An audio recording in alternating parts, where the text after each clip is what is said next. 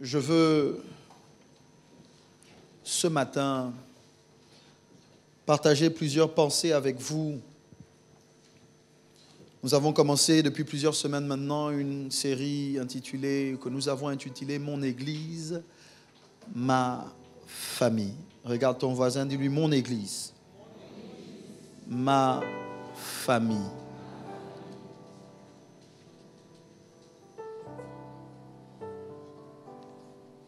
Cherche quelqu'un d'autre, dis-lui « Mon Église,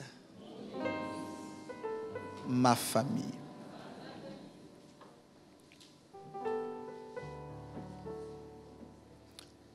Vous savez, je n'ai de cesse de dire à l'Église, et en le faisant, je me fais l'écho de la voix de notre évêque, que nous devons être des hommes et des femmes spirituels. Je crois qu'il y a une différence entre le fait d'être charnel et le fait d'être païen, d'être inconverti. Je crois qu'on peut être converti et être charnel.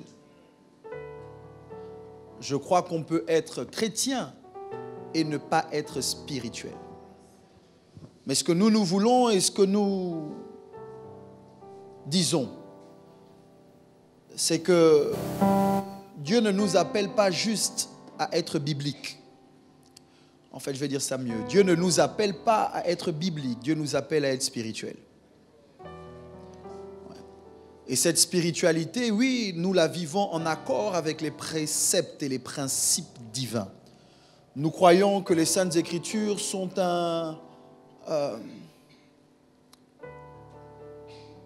plan, un guide, que par la Bible, Dieu a réuni des pensées, des concepts pour nous aider à vivre adéquatement. C'est le psalmiste, je crois, qui dit « Comment le jeune homme rendra-t-il pur son sentier ?» C'est en se comportant, c'est en marchant d'après ta parole. Nous croyons que cette parole était au commencement. Avec Dieu était Dieu et tout ce qui a été fait par elle. Nous croyons que lorsque Dieu veut éclairer quelqu'un, il lui parle. Ta parole est une lampe à mes pieds, une lumière sur mon sentier.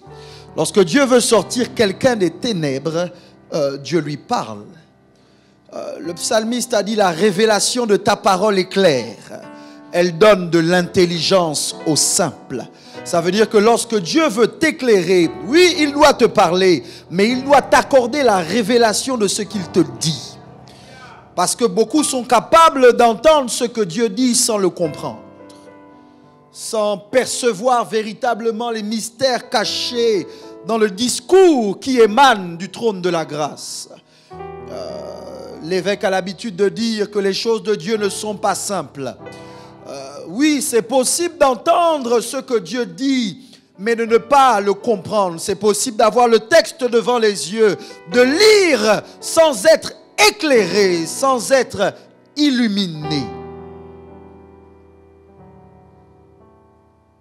L'eunuque éthiopien, en train de lire les textes, lit mais ne comprend rien.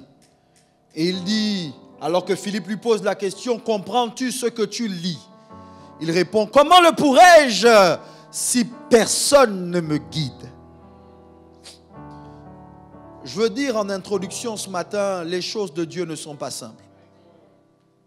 Et que nous ne pouvons pas être spirituels de manière autodidacte. Pour être spirituel, il faut accepter d'être guidé. Beaucoup de gens viennent à l'église et sont charnels parce qu'ils refusent d'être guidés. Vous êtes d'accord d'être guidé quasiment partout dans la vie, sauf dans les choses de Dieu. Mais regarde ton voisin et parle-lui avec le plus beau sourire. Dis-lui, il faut que tu sois guidé. Ce matin, je veux vous parler des anges gardiens. Toujours dans le contexte de la série entamée, je veux shed some light. Je veux apporter une lumière sur quelque chose d'obscur pour que vous puissiez avoir accès à un savoir qui doit vous modifier, qui doit faire de vous quelqu'un d'autre. Écoutez, je disais aux gens du premier culte, et ce n'était pas dans mes notes, ce n'est toujours pas dans mes notes d'ailleurs, que l'un des problèmes que nous avons dans la vie, c'est que nous comprenons parfois la destination dans laquelle nous voulons aller, mais nous ne comprenons pas le chemin par lequel Dieu nous fait passer. Beaucoup de gens ont les yeux fixés sur la destination sans réaliser que la destination demande un chemin. En fait, la destination dicte le chemin. Et que ce chemin est en fait un processus. Quel que soit ce que tu veux faire, quel que soit ce que tu veux devenir, il y a un processus. Est-ce que vous me suivez? Et ce processus inclut la transition. Dites transition. Pour devenir ce que tu n'es pas, il y a un processus par lequel tu dois forcément passer. Une chenille ne devient pas papillon sans processus. Et quelle que soit la mutation ou la transformation à laquelle Dieu nous appelle, on dit nous tous, le visage découvert, qui contemplons la gloire, sommes transformés. L'apôtre Paul parle du renouvellement de l'intelligence qui doit nous transformer. Ça veut dire qu'il y a un processus. Et beaucoup de personnes, malheureusement, combattent le processus. Est-ce que vous savez que quel que soit là où Dieu veut vous emmener, il ne vous conduira jamais là où il veut vous emmener sans vous sortir de votre zone de confort? Tu es en danger si tu es trop confortable. Parce qu'il y a de très fortes chances que tu n'évolues plus, que tu ne mues plus, que tu ne te transformes plus. Le texte que j'ai lu avec vous est tragique dans une certaine mesure. Les deux premiers enfants issus de l'union entre Adam et Ève connaissent une fin, ou du moins, rentrent dans un conflit qui va coûter la vie d'Abel.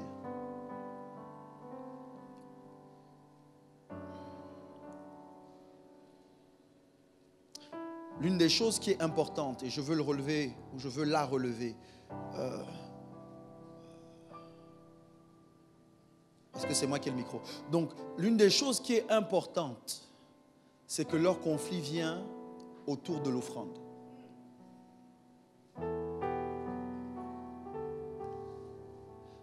Autour de l'offrande, il y a un conflit. Autour de l'offrande, il y a des combats.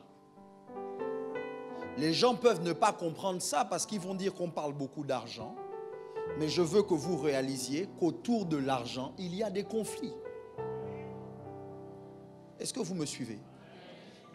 L'une des choses que je veux vous faire remarquer comme ça, juste parce que je veux vous donner quelque chose de gratuit, c'est que le texte dit ceci.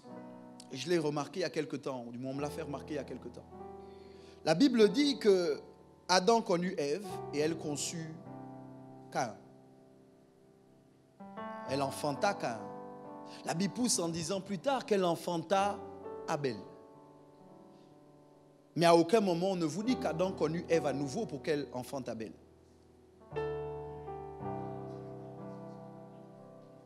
Ça veut dire qu'il y a de très fortes possibilités qu'Abel et Caïn soient les premiers jumeaux.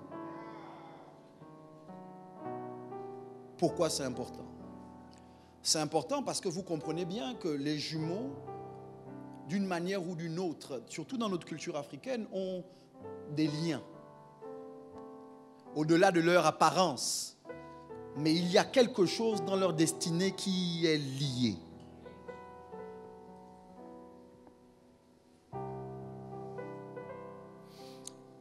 Quand Caïn tue Abel, la question que Dieu lui pose m'a poussé dans une profonde réflexion. Dieu dit à Caïn, où est ton frère Abel? Dieu ne pose pas de questions sans avoir la réponse. Donc s'il pose la question, ce n'est pas pour lui. S'il pose la question, c'est pour Caïn. Est-ce que vous me suivez? je vais doucement ce matin parce que je veux que vous me suiviez. Regarde ton voisin, dis-lui quand Dieu te pose une question, ce n'est pas pour lui, c'est pour toi. Dieu sait où est Abel, puisqu'il dit la voix de ton frère, la voix du sang de ton frère, crie de la terre jusqu'à moi. Mais Dieu veut faire réaliser quelque chose à Caïn. Et Caïn répond par ce qui, de mon point de vue, est ce que Dieu voulait lui faire comprendre. Caïn dit, suis-je le gardien de mon frère? La question que Caïn pose est, de mon point de vue, la réponse que Dieu voulait. Caïn, en posant la question, indique, ou du moins, donne accès au concept de gardien. Qu'un individu peut avoir été placé à côté de quelqu'un d'autre pour le garder, pour le protéger. Mais dans le contexte de cette histoire, le gardien est devenu le bourreau. Le gardien est devenu l'assassin. Le gardien est devenu celui qui, au lieu de protéger, est celui qui a mis à mort celui qu'il devait protéger. Vous savez, l'une des choses que vous ne pouvez pas ne pas remarquer dans la vie, c'est que les aînés ont toujours une responsabilité vis-à-vis de leurs cadets. Et que quand bien même ils ne choisissent pas quand ils naissent, la vie demande que celui qui vient avant protège, veille, garde sur ceux qui viennent après. S'il y a des aînés dans la salle qui disent Amen. S'il y a des cadets dans la salle qui disent Amen. Voilà pourquoi le droit d'aînesse n'est pas quelque chose de simple. Parce que ce n'est pas un droit qui t'est octroyé à cause du fruit de tes efforts, mais c'est quelque chose que Dieu te donne. J'ai envie de dire unilatéralement, sans te consulter, sans que tu n'aies eu à prier. Ça veut dire qu'il y a une responsabilité qui est placée sur les premiers-nés, sur les aînés, sur les grands frères, sur les grandes sœurs.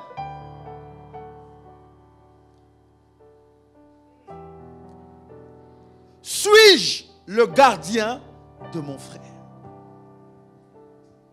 Maintenant, parce que je veux dire certaines choses ce matin, je veux que vous compreniez que la vie spirituelle ne se vit pas sans être spirituelle. Je vais dire ça différemment. Vous ne pouvez pas vivre la vie spirituelle sans prendre conscience qu'il y a des êtres spirituels. Dans la pensée populaire, un ange gardien est un esprit qui est au service, un esprit céleste, qui est au service d'un être humain pour veiller à ce qu'il accomplisse son destin, pour veiller à ce qu'il vive en adéquation avec son destin. D'ailleurs, je pense que c'est le livre aux Hébreux. Laissez-moi vous donner le verset.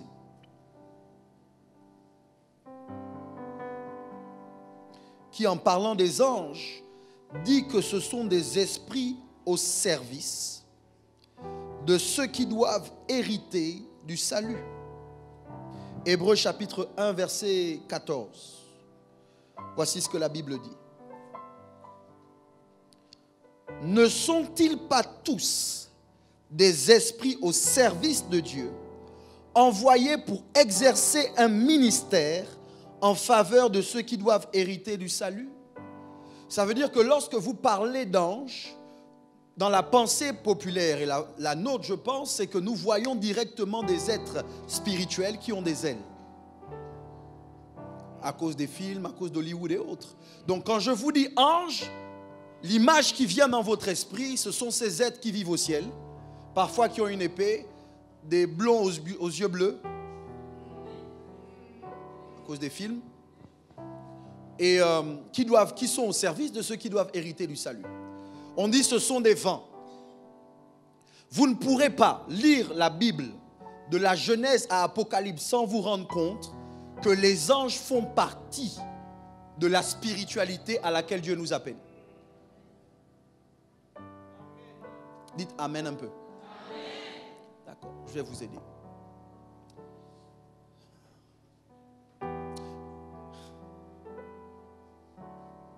Dieu a utilisé régulièrement les anges pour parler aux hommes. Est-ce que vous êtes là? Sous la loi, avant Christ, régulièrement, Dieu a utilisé les anges pour parler aux hommes. Donc, que ce soit dans quasiment toutes les spiritualités qui se respectent, on vous parle d'entités invisibles. On vous parle d'esprit. Le problème avec certains d'entre vous, c'est que vous êtes beaucoup plus conscients des démons que des anges. Les démons sont des anges déchus. Et comme je l'ai dit au premier culte, quel que soit le nombre de démons existants, il y a plus d'anges qui existent que de démons. Pour ceux qui sont un peu familiers avec la théologie qui est la nôtre, vous savez que les anges, les démons ont suivi Lucifer, un ange, un archange, lorsqu'il a provoqué une rébellion dans le ciel. Vous êtes là? Il a pris avec lui un tiers des anges. Est-ce que vous êtes là? Ça veut dire qu'il est resté combien de tiers? Ok, donc 2 tiers sont restés avec Dieu. 2 tiers et 1 tiers. Quel est le groupe le plus nombreux? Ça veut dire que quels que soient les démons qui te fatiguent, qui en ont après ta destinée, les anges sont plus nombreux. Élisée se retrouve face à une armée qui vient contre lui. Il a son serviteur. Il regarde à l'armée, son serviteur panique. Et Élisée dit à son serviteur, ne crains pas, car ceux qui sont avec nous sont plus nombreux que ceux qui sont avec eux. Ça veut dire que quels que soient les sorciers qui peuvent se lever contre toi et les esprits méchants qu'ils peuvent avoir avec eux, le nombre disponible pour t'attaquer est inférieur au nombre disponible pour te venir en aide.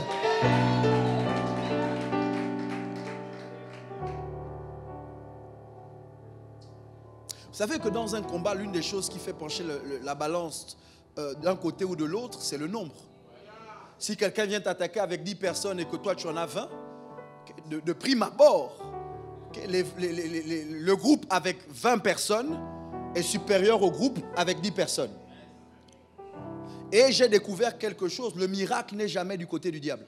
Okay, je vais dire ça mieux. Ça veut dire que si c'était dans l'autre sens, que toi tu étais avec 10 et qu'une armée vient avec 20, le miracle est de ton côté. Dieu est capable de prendre le petit nombre pour délivrer ou pour faire face à un grand nombre. Touche ton voisin et dis, le miracle est toujours de mon côté. Non mais parle-lui bien, s'il ne veut pas te parler, cherche quelqu'un d'autre qui sera d'accord de...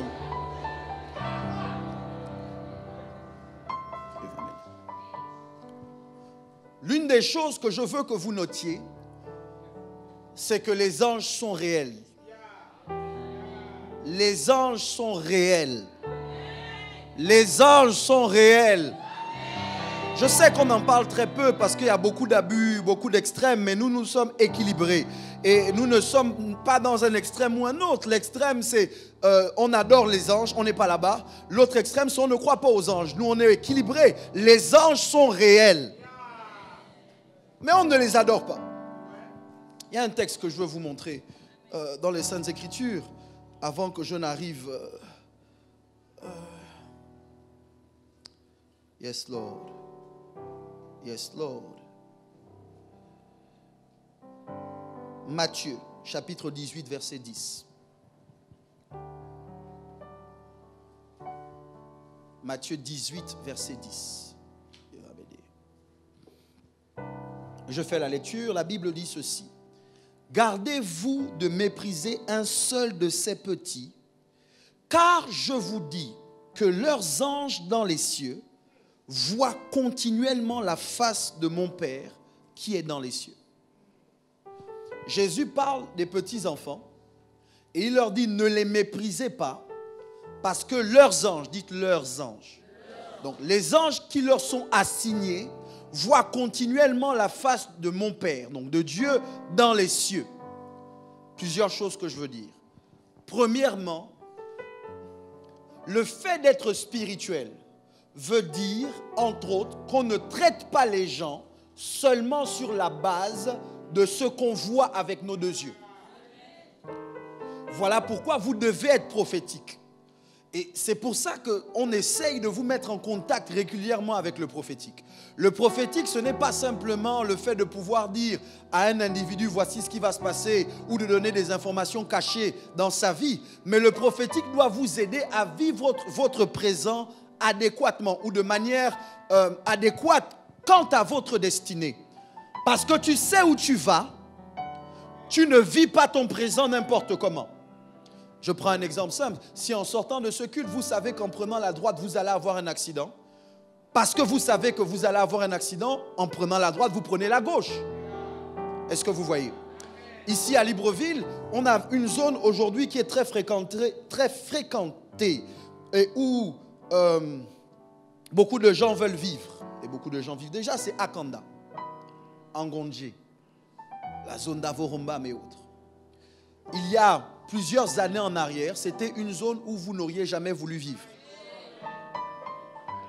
Parce que la boue, les routes n'étaient pas faites, quand il pleuvait, c'était horrible. Quand quelqu'un venait vous voir et que vous habitiez à Akanda ou à Angondje, c'est parce que la personne vous aimait. Okay? Ça veut dire que la visite était une preuve d'amour. Elle pouvait ne rien vous dire, mais simplement parce qu'elle était venue vous voir dans la zone là, vous saviez que la personne vous aimait. Mais aujourd'hui, les routes sont faites, ça se développe continuellement. Si Dieu t'avait montré que la période de la canne allait provoquer l'évolution de ce côté de la ville, tu aurais cherché à avoir un terrain là-bas.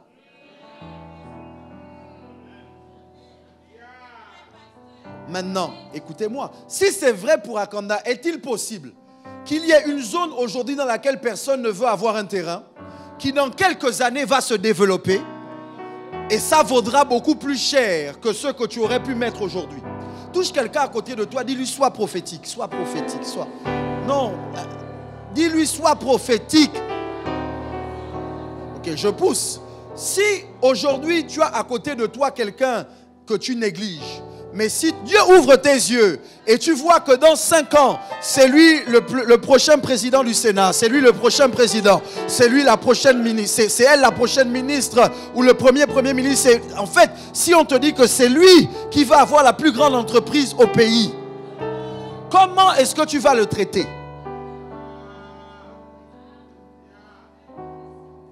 Il y a des gens, vous ne saluez personne quand vous venez à l'église parce que vous êtes charnel.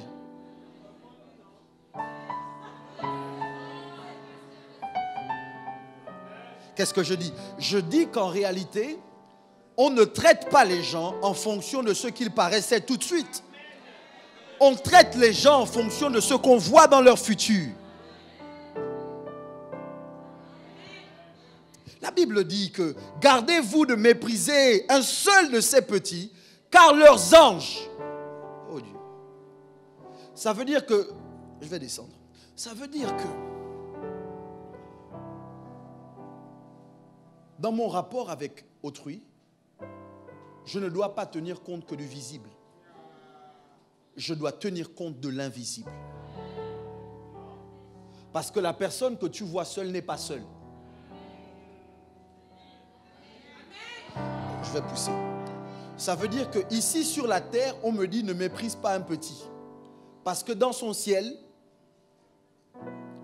ces anges ont accès à la face de Dieu. Okay? Ça veut dire que je ne dois pas vivre sur la terre en fonction de la terre. Je dois vivre sur la terre en fonction des cieux. Et quand bien même je la vois là, sur la terre, dans son ciel, il y a des choses qui se passent. Est-ce que je parle à quelqu'un ce matin? Je vais essayer de vous dire ça différemment. Je vais essayer de vous dire ça différemment. Jésus reçoit... Oh Dieu, le temps. Jésus reçoit un sourd muet. Il le fait sortir de la ville. Il lui met les doigts dans les oreilles. Et voici ce qu'il dit. Je crois que c'est en langue araméenne. Il dit Ephata. Ce qui veut dire en français ouvre-toi. L'homme a 2 oreilles. s'il voulait que les oreilles s'ouvrent, comme Jésus a fait quand même un peu l'école, il aurait certainement dit « ouvrez-vous ». Mais la Bible dit que lorsqu'il va mettre les doigts dans ses oreilles, il va lever les yeux au ciel et il va dire « Ephata, ouvre-toi ». Je pense qu'il ne s'adressait pas aux oreilles de l'homme, mais je pense qu'il s'adressait à son ciel.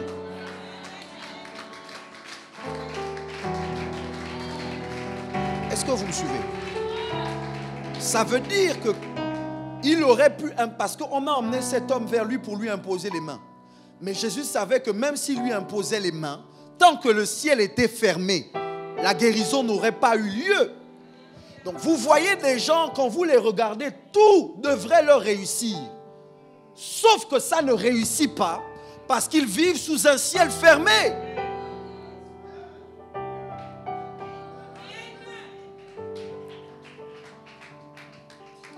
Touche quelqu'un à côté de toi, dis-lui, ne traite pas les gens selon ce que tu vois avec tes yeux physiques.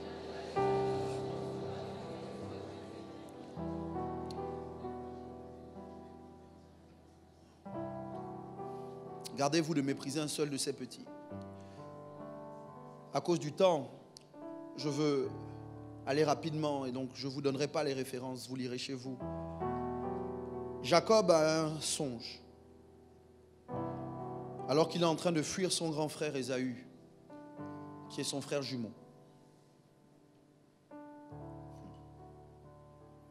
Il met la tête sur une pierre et il voit une échelle dont le sommet touche le ciel. Écoutez, il dit, il voit des anges monter et descendre. Jésus rencontre Philippe et Nathanaël. Il parle à Nathanaël. Et il lui dit, avant que Philippe ne t'appelle, je t'ai vu. Nathanaël lui dit, oh, tu es vraiment le Fils de Dieu. Jésus lui dit, à cause du fait que je t'ai vu, je t'ai dit que je t'ai vu, tu crois. Mais il dit, désormais, vous verrez les cieux ouverts et les anges monter et descendre sur le Fils de l'homme. Que vous lisiez en Genèse ou que vous lisiez dans les évangiles, il nous est dit qu'il y a des anges qui montent et il y en a qui descendent. Normalement, ça devrait être dans l'autre sens. Si les anges ne vivaient qu'au ciel, on aurait dû, ils descendent et ils montent. Donc ça sous-entend qu'il y a des anges qui sont sur la terre. Est-ce que vous me suivez? Qui montent et descendent. Est-ce que ça va? D'accord. Donc l'une des choses importantes que je veux dire au sujet des anges, je ne vais pas en profondeur surtout parce que je vais quelque part. C'est que oui, il y a des anges au ciel et il y a des anges sur la terre. Est-ce que vous me suivez? Touche ton voisin, dis-lui, il y a des anges parmi nous. Cherche quelqu'un d'autre, dis-lui, il y a des anges parmi nous. Je crois que c'est Hébreu.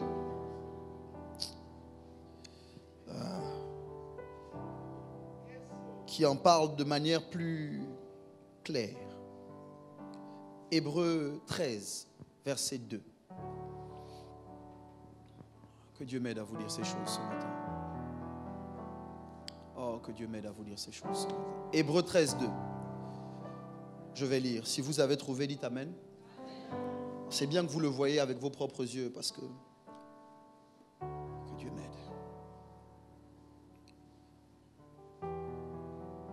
Hébreu 13, 2, la Bible dit ceci. N'oubliez pas l'hospitalité, car en l'exerçant, quelques-uns ont logé des anges sans le savoir. Ça veut dire qu'il y a des gens, en ouvrant leur domicile à des individus, les individus qu'ils ont fait rentrer chez eux n'étaient pas de simples hommes, c'étaient des anges. Si vous croyez en ça, ça veut dire quoi? Ça veut dire qu'il est possible que des anges qui étaient au ciel soient descendus sous forme humaine, est composé avec les hommes, un homme pris de compassion à exercer l'hospitalité, mais en recevant cet individu, ce n'était pas un simple homme, c'était un ange. Vous vous souvenez de l'histoire d'Abraham qui est en train de regarder dans une direction, il voit 3 hommes passer. Dites 3 hommes. Il voit 3 hommes passer. Quand il voit les 3 hommes passer, Abraham court vers eux. Et il leur dit, venez vous reposer chez moi. En arrivant chez lui, il dit à Sarah, fais à manger. Il y a 3 hommes qui sont là. Suivez-moi. Les 3 hommes mangent. La Bible dit 3 rentrent chez Abraham, mais il y en a 2 qui sont avec lui lorsqu'ils doivent descendre à Sodome et Gomorrhe. Ça veut dire que 3 sont entrés chez Abraham, 2 sont sortis. Est-il possible que ce soit l'ange qui avait le cure-dent, après avoir mangé, qui a dit l'année prochaine à la même époque, Sarah sera enceinte? Est-il possible que ce soit cette entité qui soit restée pour que la parole prophétique libérée trouve son accomplissement? Mais ce qui me dérange, c'est qu'on ne dit pas que c'était des anges. On vous dit, c'était des hommes. Juste pour que vous compreniez. En lisant les textes, mon évêque, c'est ça, donc ce n'est pas pour lui que je parle. Ce matin, c'est pour vous. On parle rarement pour l'évêque. C'est pour vous. L'apôtre Paul est dans une embarcation maritime. Tout le monde a peur parce que la tempête fait rage. Tout le monde sait que là, c'est la fin, on va mourir. L'apôtre Paul est en train de prier ou dormir. Quoi qu'il en soit, un ange lui rend visite. L'apôtre Paul lui-même raconte et il dit, un ange du Dieu auquel j'appartiens et que je sers m'a dit durant la nuit, Paul, n'aie pas peur, il faut que tu comparaisses devant César. Et voici, Dieu a trouvé bon de te donner ceux qui naviguent avec toi. L'apôtre Paul vient avant ou après Jésus? D'accord. Après la résurrection, après l'effusion du Saint-Esprit.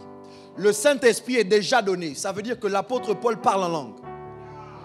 L'apôtre Paul a des dons spirituels. L'apôtre Paul entend la voix du Saint-Esprit. Sauf que le Saint-Esprit, dans sa vie, n'a pas empêché que Dieu envoie un ange pour parler à Paul. Qu'est-ce que tu dis, pasteur? Je suis en train de dire que la présence du Saint-Esprit dans ta vie n'annule pas ou ne remplace pas l'activité des anges. Ce n'est pas parce que tu as le Saint-Esprit que ça veut dire que si Dieu veut te parler, il n'est pas capable d'utiliser un ange. Est-ce que vous me suivez ce soir, ce matin?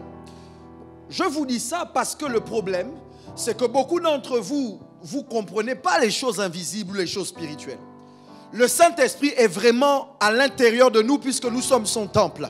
Sauf que Dieu peut vraiment vouloir utiliser un ange pour te sortir d'une situation compliquée. C'est le livre de Psaume qui dit, l'ange de l'Éternel campe autour de ceux qui le craignent et les arrache au danger. Jésus est Dieu fait chair, le Fils de Dieu, la parole rendue palpable. C'est un enfant. Hérode veut le tuer. Comment est-ce que Jésus a la vie sauve? Un ange apparaît à son père et dit, prends avec toi l'enfant et sa mère. Fuis en Égypte. Oh Dieu, je vais vous dire ça plus simplement. Certains des accidents que vous n'avez pas eus n'étaient pas dus à vos réflexes. Ce n'est pas parce que tu étais un très bon conducteur que tu as pu éviter l'accident. C'est parce que Dieu a dépêché un ange. Oh, il y a des gens dans cette maison, on aurait pu vous tuer. Lorsqu'on t'a braqué, quelque chose s'est passé. Je dis à quelqu'un sous le son de ma voix, il y a des anges en activité régulièrement autour de nous. Y a-t-il quelqu'un qui peut lever la main et dire, j'aurais pu mourir, j'aurais dû mourir, je n'aurais pas dû sortir de cette situation? Et puis tu ne sais pas comment Dieu a fait, mais Dieu l'a fait. Quelque chose d'invisible a déplacé la voiture. Quelque chose a stoppé le véhicule. Quelque chose a arrêté la main du meurtrier. Oh my God, je ne sais pas à qui je parle ce matin, mais je suis en train de te dire, il y a des anges gardiens qui veillent sur toi. Bouscule quelqu'un à côté de toi, dis-lui, tu n'es pas seul, tu n'es pas seul. Tu n'es pas seul, tu n'es pas seul. Tu n'es pas seul. Oh, je n'aime pas comment ton voisin te parle.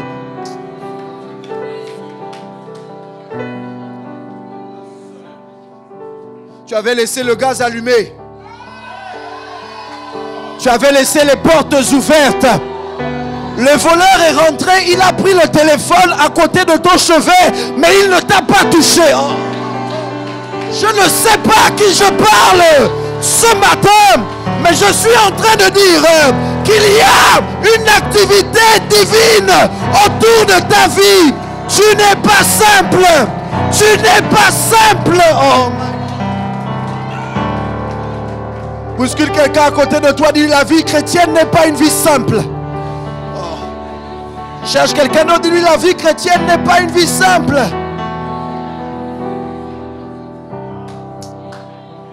Vous savez, moi je ne cherche pas à tout expliquer. Parce que je sais qu'il y a des choses qui dépassent ma pensée. Mais s'il y a une chose que je sais faire, c'est être reconnaissant. Parfois je ne le comprends pas. Parfois je ne le saisis pas. Parfois je ne sais pas comment il fait. Mais s'il y a une chose que je dois dire, c'est que Dieu est avec moi. Oh. Je ne suis pas seul. Quand je me lève, je ne suis pas seul. Quand je me couche, je ne suis pas seul. Certains d'entre vous, vous n'aviez pas les moyens d'embaucher un gardien. Mais Dieu a dépêché du ciel des gardiens pour vous. Oh. Tu n'avais pas les moyens de te protéger, mais Dieu a libéré des êtres invisibles pour te protéger. Oh my God. Est-ce que tu crois que c'est par hasard que Dieu ait permis le vol quand tu n'étais pas là? Est-ce que tu crois que Dieu ne t'a pas retenu quelque part pour permettre? Parce que ces gars-là, s'ils t'avaient trouvé, peut-être ils n'auraient pas fait que voler, ils t'auraient pris la vie. Mais Dieu a ralenti ton arrivée à la maison pour que tu ne sois pas nez à nez avec des meurtriers. Et toi, tu te plains pour ce que tu as perdu parce que tu ne sais pas ce que tu as fait pour que tu restes en vie. Tu ne sais pas comment Dieu a agi. Oh, j'aimerais que tu bouscules quelqu'un à côté de toi. Dis-lui, tu n'es pas seul, tu n'es pas seul. Tu n'es pas seul, tu n'es pas seul, tu n'es pas...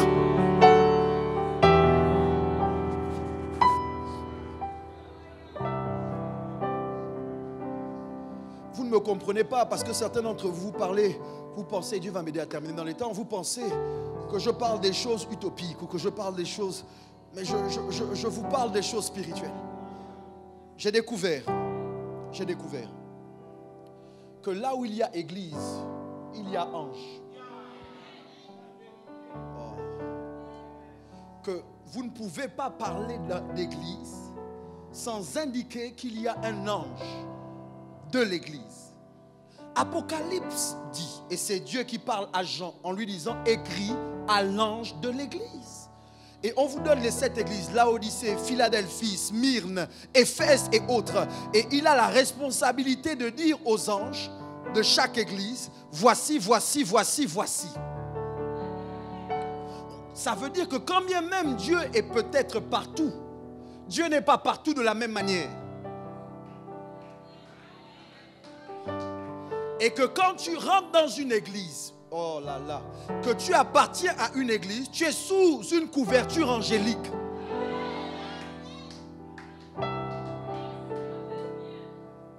Pourquoi vous êtes comme vous êtes ce matin? Je vais prêcher ça mieux au 3e culte. Que les gens qui sont en direct disent amen. J'ai besoin de vous, ne me laissez pas seul. Quand tu es dans une église, il faut que tu saches que dans cette église, il y a un ange. Et que l'ange de cette église est la couverture de l'église. Dites, il y a un ange à CRN. Dites, il y a un ange à l'église centrale. Oui, il y a un ange. L'église est sous couvert parce que quand Dieu veut parler, oh my God, I'm going to tell you. Quand Dieu veut parler à l'église, Dieu ne parle pas à l'église. Dieu parle à l'ange de l'église. Et c'est à lui qui dit, il lui parle comme si c'était lui qui était responsable de l'atmosphère. spirituel de l'église, de tout ce qui se passe dans l'église. Il dit parce que tu as peu de pouvoir, parce que tu n'as pas renié mon nom, j'ai mis devant toi une porte ouverte que personne ne pourra fermer. Le problème, c'est qu'il ne le dit pas à l'ange. En fait, il parle à l'église, mais sauf que quand il veut parler à l'église, il parle à l'ange de l'église. Je peux ouvrir la parenthèse. Voilà pourquoi moi j'ai du mal à croire que quand Dieu veut nous donner une direction, sans être péjoratif, il parle au pied.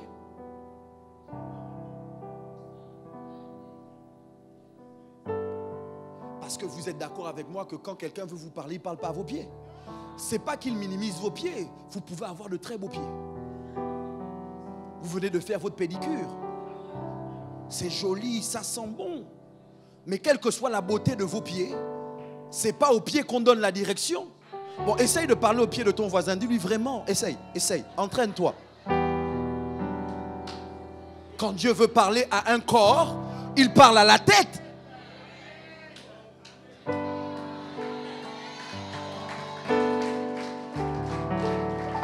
Et dans chaque corps, il y a une tête. Un corps sans tête est un monstre. Un corps avec deux têtes, c'est un monstre. Moi, le problème que j'ai avec le texte d'Apocalypse, et je cours un peu, c'est que on dit écrit à l'ange de l'église. Ça me pose un problème. Parce que il va envoyer ça où? Il n'y a pas de poste céleste. C'était des lettres. Donc comment il fait parvenir la lettre à l'ange? Est-il possible que l'ange de l'église ne soit pas un ange qui vive au ciel, mais un ange qui vive sur la terre? Attends. Hébreux 13:2 dit exercer l'hospitalité. N'oubliez pas d'exercer l'hospitalité, parce qu'en le faisant, certains ont logé des anges sans le savoir. Deux possibilités, disais-je. L'ange est descendu du ciel, il a apparu, tu l'as vu, tu l'as logé pendant une semaine, ou le jour où tu le loges, il mange, il disparaît. Tu dis, my God, j'ai vu un ange. Ou bien, ce n'était pas un des anges qui descend de l'échelle, mais c'est un ange qui est en bas et qui parfois monte, mais qui vit ici. Donc ce que ce texte dit, c'est que soit l'ange que tu reçois est un ange homme, donc un ange mais qui a apparence humaine, soit c'est un homme ange, un homme qui a les attributs angéliques. Je vais vous donner un peu plus que ce que j'ai donné aux autres, à l'autre culte. Le mot ange veut dire messager. Ça veut dire que quand on dit c'est un ange, c'est que c'est un messager. L'une des choses donc qui fait de quelqu'un ou qui justifie que la personne soit un ange, c'est le message. C'est le message, c'est qui l'envoie, c'est le message qu'elle porte. Vous me suivez? Oh, que Dieu m'aide.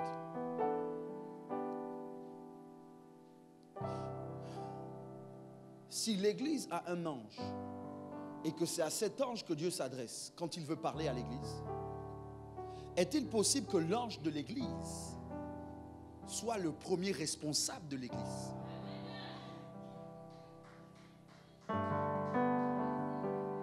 Est-il possible que dans le contexte par exemple de CRN, on ne peut pas parler de CRN sans parler du premier responsable, du visionnaire?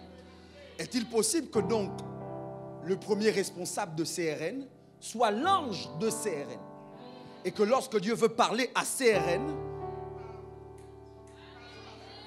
attendez, est-il possible que dans le contexte d'une église locale, qu'il y ait un ange à cette dimension à qui Dieu s'adresse lorsqu'il veut parler à l'église? Vous dites oui, mais si c'est vrai, est-ce que ça ne devrait pas changer nos rapports avec des hommes comme nous, mais qui ne sont pas comme nous? Mais si c'est vrai, est-ce que ça ne devrait pas faire que lorsque moi, par exemple, et tant pis pour les jaloux, mais lorsque moi, par exemple, je reçois l'évêque, je ne reçois pas l'évêque en qualité d'homme, je le reçois en qualité d'ange, parce que je comprends bien que lorsque Dieu veut me parler à moi qui suis dans CRN, c'est lui l'ange gardien, c'est lui le protecteur de la vision. C'est lui c'est lui que Dieu va reprendre et c'est lui que Dieu va féliciter. Bon, là tu as un problème parce qu'on parle de l'église. On va pousser dans ta famille. Est-il possible que toi, qui es le père de la maison, le chef de famille, lorsque Dieu veut parler à la famille, il ne parle pas aux enfants, mais qu'il parle au père? Et que ce soit au père à qui ils disent que je veux que tu emmènes la famille dans telle direction. N'avez-vous pas remarqué que lorsqu'il fallait sauver Jésus et Marie, Dieu n'a pas parlé à Jésus? Lorsqu'il fallait déplacer la famille, Dieu n'a pas parlé à Marie. Lorsqu'il fallait bouger la famille, il fallait l'accord de Joseph. Et donc Dieu est obligé d'aller voir Joseph, même si Joseph va disparaître de l'histoire du récit biblique. Après l'épisode des 12 ans, on ne parlera plus de Joseph. Sauf que pour bouger la famille, il faut le chef. Je vais dire ça différemment, il faut l'ange. Je pousse, il faut l'ange gardien.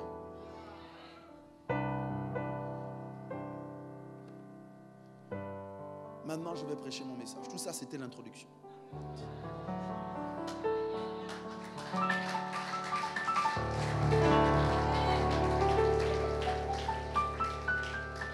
Moi, je crois que de la même manière que Dieu a dépêché les aides spirituelles pour nous aider à accomplir notre destinée. Lorsqu'Élie est fatigué et qu'il ne veut plus manger parce que Jézabel l'a déprimé, l'a rendu dépressif, Dieu envoie un ange qui le shoote sur le côté pour lui dire mange. Lorsque Pierre est en prison, ce n'est pas le Saint-Esprit qui sort Pierre de la prison. Pierre est rempli du Saint-Esprit, mais il a les chaînes. C'est un ange que Dieu envoie en prison pour faire sortir Pierre de la prison. L'église prie, Dieu dépêche un ange. Nous, on ne prie pas les anges. On n'adore pas les anges. Mais on est conscient que les anges sont au service de ceux qui doivent hériter du salut. Les anges sont des vents. Les vents, c'est quoi? Ça veut dire qu'ils sont en mouvement, qu'ils ne sont pas statiques. Est-ce qu'on ne dit pas que toute personne qui est née de l'esprit est comme un vent? On ne sait d'où il vient ni où il va. Est-il possible que oui, Dieu ait dépêché des êtres invisibles pour t'aider à accomplir ton destin dans les cieux, mais que sur la terre, Dieu ait envoyé des êtres humains pour garder ta destinée, pour t'aider à rester sur le chemin? Ne vous est-il pas arrivé de remarquer qu'il y a des gens qui semblent arriver toujours au moment où vous avez besoin d'eux? La personne t'appelle au moment où tu es dépressif. Tu n'as dit à personne, mais c'est à ce moment que ton téléphone sonne. La personne arrive au moment où tu n'as plus d'argent. Tu n'as dit à personne que tu ne sais pas quoi manger. Et quelqu'un frappe à ta porte pour te dire, je suis venu déposer ceci. Est-ce que ça ne vous est pas arrivé de remarquer que dans vos vies, il y a des individus que Dieu semble utiliser, parfois pour une période, mais parfois pour toute la vie?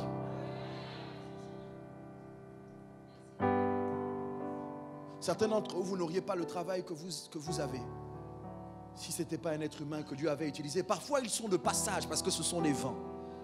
Et quand on rencontre un ange, on ne se prosterne pas pour l'adorer.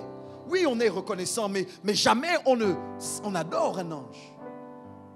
On ne prie pas un ange. On n'a pas ses yeux sur l'ange, on a ses yeux sur Dieu. Mais on reconnaît l'activité des anges. La question que je me pose, c'est est-il possible que la personne à côté de toi que tu négliges soit peut-être l'ange que Dieu ait envoyé pour te garder dans cette saison? Mais vous ne comprenez pas. Mais vous est-il arrivé d'appeler des gens? Parfois, il y a des gens parce qu'ils sont amoureux. C'est mon ange.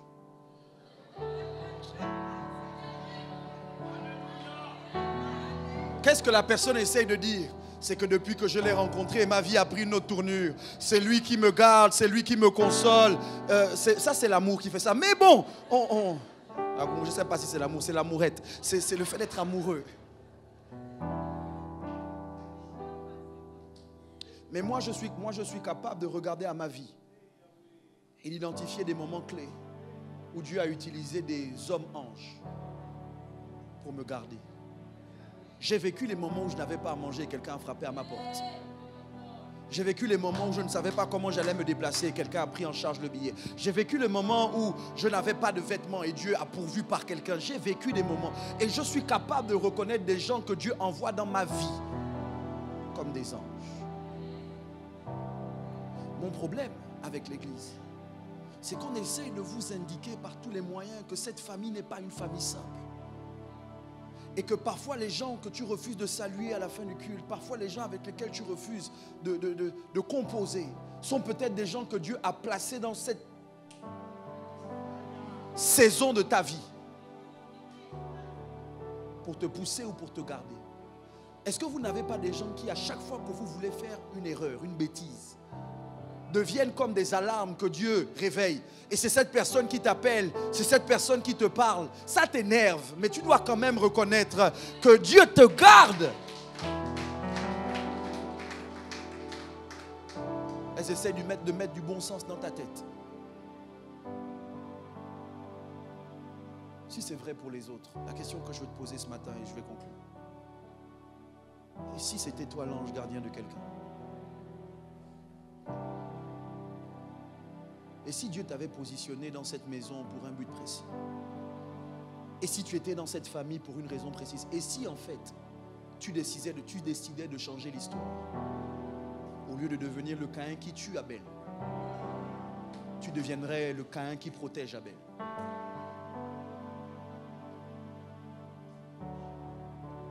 Beaucoup d'entre vous, pour des raisons émotionnelles, vous avez décidé de baisser les bras sur quelqu'un.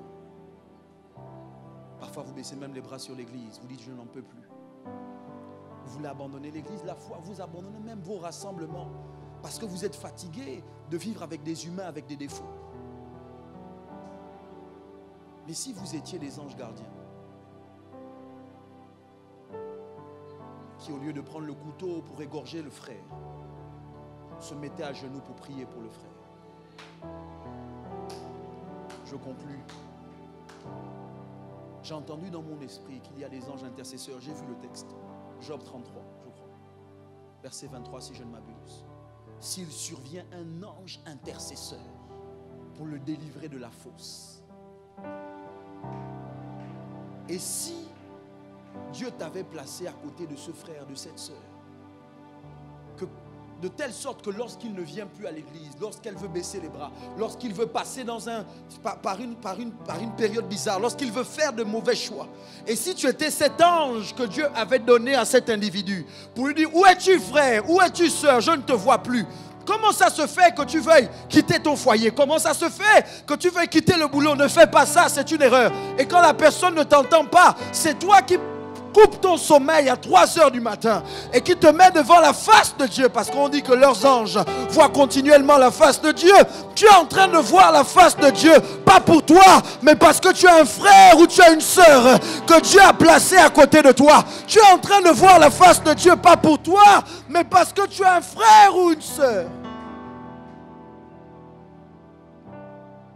qui est sur le point de commettre une erreur. Et si elle n'écoute pas ta voix, tu vas vers Dieu et tu dis à Dieu, viens au secours de mon frère. Que deviendrait l'Église si on recommençait à prier les uns pour les autres? Intercéder les uns pour les autres. Tu es venu au culte ce matin, mais tu vois bien qu'il y a un frère qui ne vient pas, qui est régulièrement là. C'est toi qui, à la fin du culte, vas chez lui, qui dit, frère, je ne t'ai pas vu, sœur, je ne t'ai pas vu, où étais-tu? Les anges gardiens aujourd'hui ne gardent plus les frères et les sœurs. Les anges gardiens gardent leur propre vie. Certains d'entre nous, aujourd'hui, nous accordons tellement plus d'importance aux biens matériels que nous avons oublié que Dieu ne t'a pas créé pour garder une voiture. Moi, je crois que tu es sur la terre parce que tu dois aider quelqu'un à accomplir sa destinée.